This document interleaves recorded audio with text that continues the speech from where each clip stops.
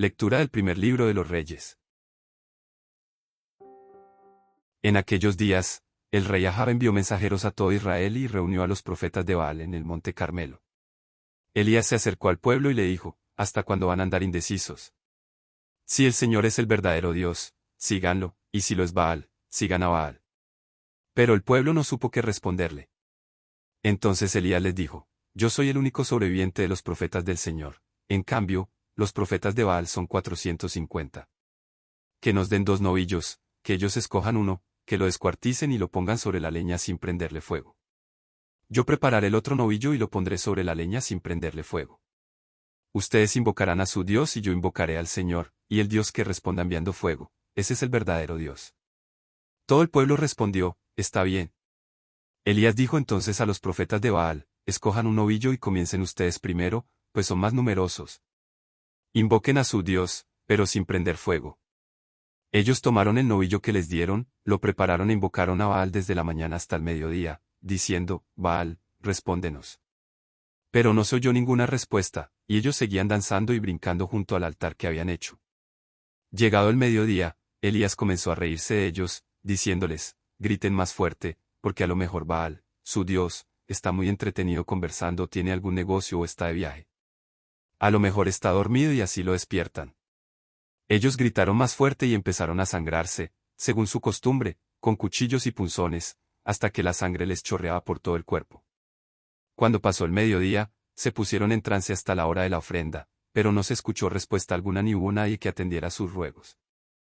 Entonces Elías le dijo al pueblo, acérquense a mí.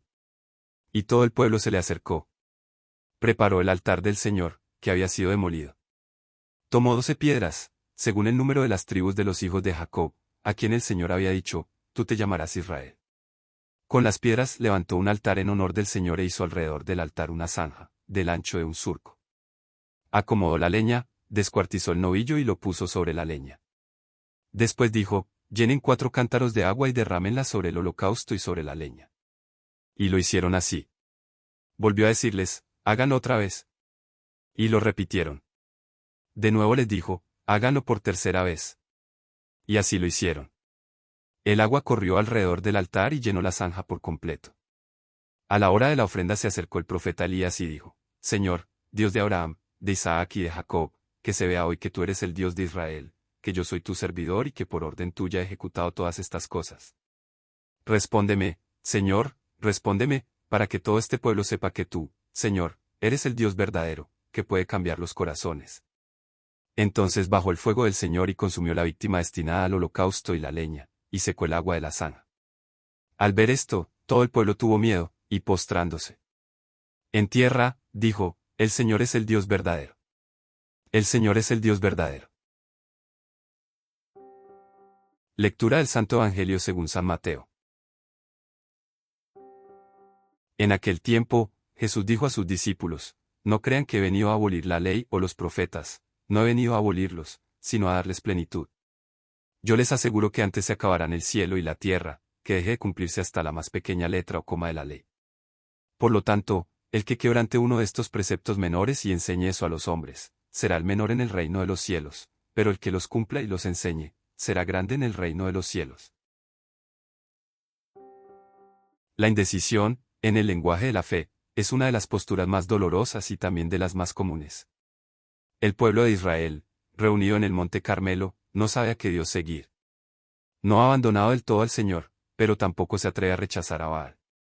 Quiere quedarse en esa tierra de nadie donde no hay exigencia de lealtad absoluta, donde se puede tener un pie en cada altar y el corazón dividido.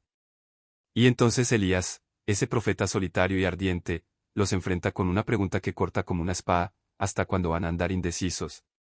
Porque la indecisión no es neutralidad, es una forma solapada de rechazo disfrazada de prudencia. El desafío de Elías es brutalmente simple y transparente. No hay trampa ni tramoya. Un novillo para Baal, un novillo para el Señor. Ninguno de los dos con fuego encendido. Los profetas de Baal, 450 contra 1, invocarán a su Dios primero. Tienen toda la ventaja numérica, todo el tiempo, toda la libertad para sus ritos. Elías no interfiere. Observa, incluso se burla con una ironía que no es crueldad sino evidencia. Tal vez Baal está conversando, o de viaje, o durmiendo. La burla de Elías es el espejo donde se refleja el absurdo de adorar a un Dios que necesita ser despertado. Los profetas de Baal se esfuerzan hasta la desesperación. Danzan, gritan, se hieren con cuchillos, entran en trance. Cuanto más intenso es el rito, más evidente es el silencio. No hay respuesta. No hay fuego. No hay Dios. Esa es la verdad que ningún rito pagano puede ocultar. Los ídolos son mudos porque no existen. Y todo el aparato de sangre y frenesí no puede suplir la ausencia de un Dios vivo. Entonces llega el turno de Elías. No convoca a una multitud de ayudantes ni prepara un espectáculo. Lo primero que hace es reparar el altar del Señor que había sido demolido. No improvisa un nuevo culto, sino que restaura el viejo, el que viene de los padres, el que las tribus olvidaron. Toma 12 piedras, una por cada tribu. Israel sigue siendo 12, aunque viva como si fuera uno solo y perdido. Y sobre ese altar restaurado, Elías hace algo que desafía toda lógica humana, pide que derramen agua, no una vez, sino 3 veces, sobre el holocausto, sobre la leña, hasta llenar la zanja. En medio de una sequía provocada por la ausencia de lluvia, Elías desperdicia agua preciosa. No escatima recursos para la gloria de Dios. Quiere que no quede ninguna duda, si el fuego viene y consume incluso el agua, será claramente un milagro, no un truco. La oración de Elías es breve. No hay danzas, no hay autolesiones, no hay trances. Solo un hombre arrodillado que dice, Señor, Dios de Abraham, de Isaac y de Jacob, que se vea hoy que tú eres el Dios de Israel. No pide fuego para su propio prestigio, sino para que el pueblo sepa y para que el corazón de ese pueblo cambie. El milagro no es un fin en sí mismo, es una señal que apunta a una conversión. Y entonces el fuego del Señor baja. No un fuego cualquiera, consume la víctima, la leña, las piedras, el polvo, y hasta el agua de la zanja. Nada queda sin tocar. Todo es purificado por esa presencia ardiente que no necesita que la despierten. El pueblo, al ver aquello, cae rostro en tierra. No dice qué gran profeta es Elías. Dice, el Señor es el Dios verdadero. Lo repite 2 veces, como quien sale de una larga indecisión y pronuncia por fin la confesión que había estado aplazando. La respuesta de Dios no es solo fuego, es también la revelación de que la duda había durado demasiado. Este relato no es solo un recuerdo de tiempos antiguos. Es un espejo para cada creyente que vive con el corazón dividido entre el Dios vivo y los ídolos silenciosos de su tiempo. Los ídolos no han desaparecido, cambiaron de nombre. El dinero que promete seguridad, el éxito que exige sacrificios, la imagen pública que se defiende con falsedades, el placer que se convierte en dueño. Todos ellos son vales mudos.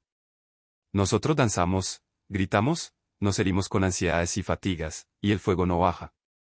Solo cuando restauramos el altar demolido por nuestras propias indecisiones, cuando nos atrevemos a ponerlo mejor sobre la leña y a regarlo con el agua de la humildad, entonces el Señor responde. No siempre con fuego visible, pero sí con una certeza que hace caer de rodillas. Y en ese caer, se acaba la indecisión. Hay un malentendido que ha acompañado al cristianismo desde sus primeros pasos, la idea de que Jesús vino a borrar con el pie todo lo anterior, a empezar de cero como si nada de lo escrito antes tuviera valor. Algunos lo imaginan como un revolucionario que rompe tablas y quema pergaminos. Pero sus propias palabras desmienten esa imagen con una claridad que no admite dobleces. Jesús no ha venido a abolir la ley ni los profetas. No a abolirlos, sino a darles plenitud. El verbo es importante. No es reemplazar, ni cancelar, ni empezar de nuevo en un terreno vacío. Es llevar a su meta, a su sentido más hondo, a su floración completa, aquello que desde antiguo era como una semilla. La ley y los profetas no eran una carga pesada que Dios impuso para hacer la vida imposible. Eran un camino, una pedagogía, un espejo donde el pueblo de Israel aprendía a reconocer el rostro de su Dios y el rostro de su propia condición. Pero ese camino podía ser recorrido de 2 maneras. Una era la del cumplimiento externo, la de la letra fría, la de la norma observada sin alma. Esa manera vaciaba la ley de su espíritu y la convertía en un muro. La otra manera era la que Jesús vino a restaurar, la ley como expresión de un amor que busca justicia, misericordia y fidelidad. Darle plenitud a la ley es devolverle su corazón. La afirmación de Jesús tiene una fuerza inusitada. Antes se acabarán el cielo y la tierra, dice, que deje de cumplirse hasta la más pequeña letra o coma de la ley. No se trata de un fundamentalismo apegado a mínimos detalles, sino de una declaración sobre la fidelidad de Dios. Si el cielo y la tierra son criaturas contingentes que pueden pasar, la palabra de Dios contenida en la ley es más sólida que el firmamento. Cada yod, cada tilde, tiene un peso eterno porque ha sido pronunciada por quien no miente ni se arrepiente. Por eso Jesús no viene a liberar a nadie del compromiso ético, sino a mostrar que el compromiso ético, cuando es auténtico, desemboca en el amor. Este texto suele incomodar a quienes piensan que el Evangelio es solo gracia sin exigencias. Pero no hay verdadera gracia sin verdadera transformación. El que quebrante uno de estos preceptos menores y enseñe eso a los hombres, será el menor en el reino de los cielos. Jesús no dice que será excluido, sino que será el menor. La misericordia de Dios tiene lugar incluso para quienes enseñan mal, pero su lugar en el reino será pequeño porque enseñaron a otros a empequeñecer la voluntad de Dios. En cambio, el que los cumpla y los enseñe, ese será grande. No grande por su propio mérito, sino porque su vida y su palabra han sido un canal fiel de la ley planificada en el amor. Hay una lección profunda para la comunidad cristiana de todos los tiempos. No se puede amar a Jesús y despreciar los mandamientos. No se puede decir Señor, Señor, y vivir como si la justicia, la verdad y la misericordia fueran opcionales. Jesús no vino a bajar el listón, sino a mostrarnos que el listón solo se alcanza cuando se vive desde el corazón transformado.